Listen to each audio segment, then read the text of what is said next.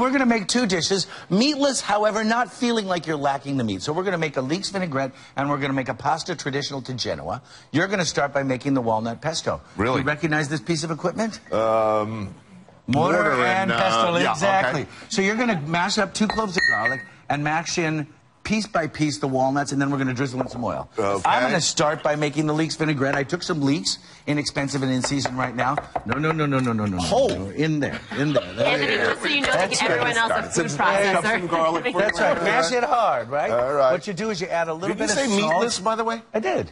Perfect for me, right? Exactly. You're such a meaty fella. All right. So now I've got the leeks, and what we're going to do is we're going to braise them. I've washed them. What you have to do is cut them in half and then rinse them carefully. Sometimes some soil goes in here, particularly if it's rained prior to harvest, when it splashes up some of the soil in here. We've washed these well, and what we're going to do is get them in the pan. And then we're going to add some aromatics, which in this case are just shallots and garlic.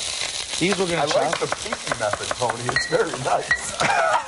I said to Mario, I'm like, this might, I don't know if Tony's ever cooked on television. We all know you can cook. I don't know if I've ever seen you cook on TV. Yeah, I try to avoid it. After, yeah. I had a Martha Stewart experience making pasta. I'd never made pasta before.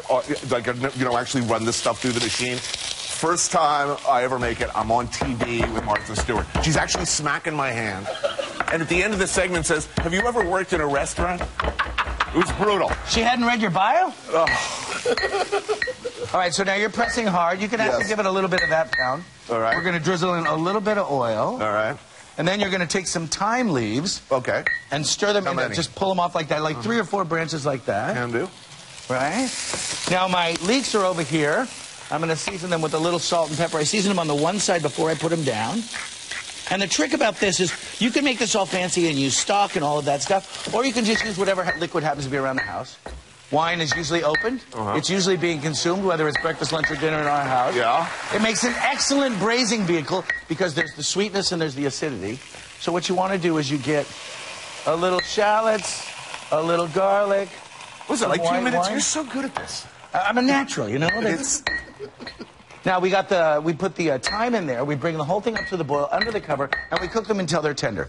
You're doing pretty good.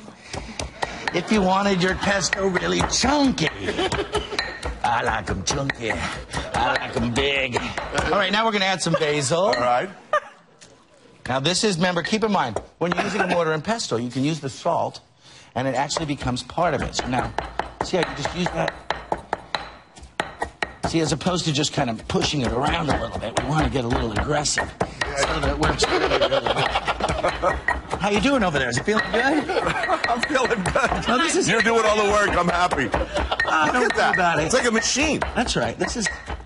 Now we have what looks like a pesto, right? Now we have our leeks braising. Right. We're going to make a little vinaigrette. You want to help Chef Simon make a vinaigrette? No, not particularly. No, Chef Simon, if you could make a little vinaigrette, we've taken some Kalamata olives. They've been pitted. We're going to take some red wine vinegar, a little extra virgin olive oil, chopped chilies, touch of pecorino romano, and some chopped parsley. Stir it together. In what portions would you like your vinaigrette, Mr. Bourdain? I don't know, 2 to 1. 2 to 1, all right. 2 to 1, nice and bright. I like it like that. All right, so now... How this works, right? Basic emulsion. Yeah. All right. Let me ask you something. It's a meatless Monday, right? Yeah.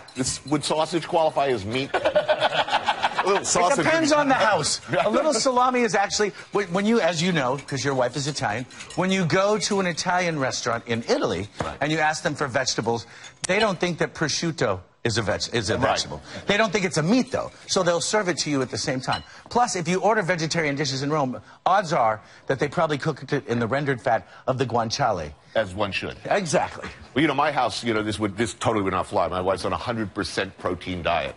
Well, because she's like a vicious fighter, right?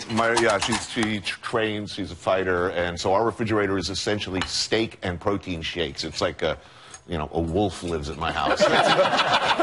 All right, so we have the pesto made, we have the vinaigrette being made for the leeks, we have the pasta water, we throw in the trinette, they had a full boil. When we come back, I'll show you how to put the pesto and the noodle together, and we'll show you how to make a beautiful meatless dish with the wolf himself, Anthony Bourdain. Stay with us.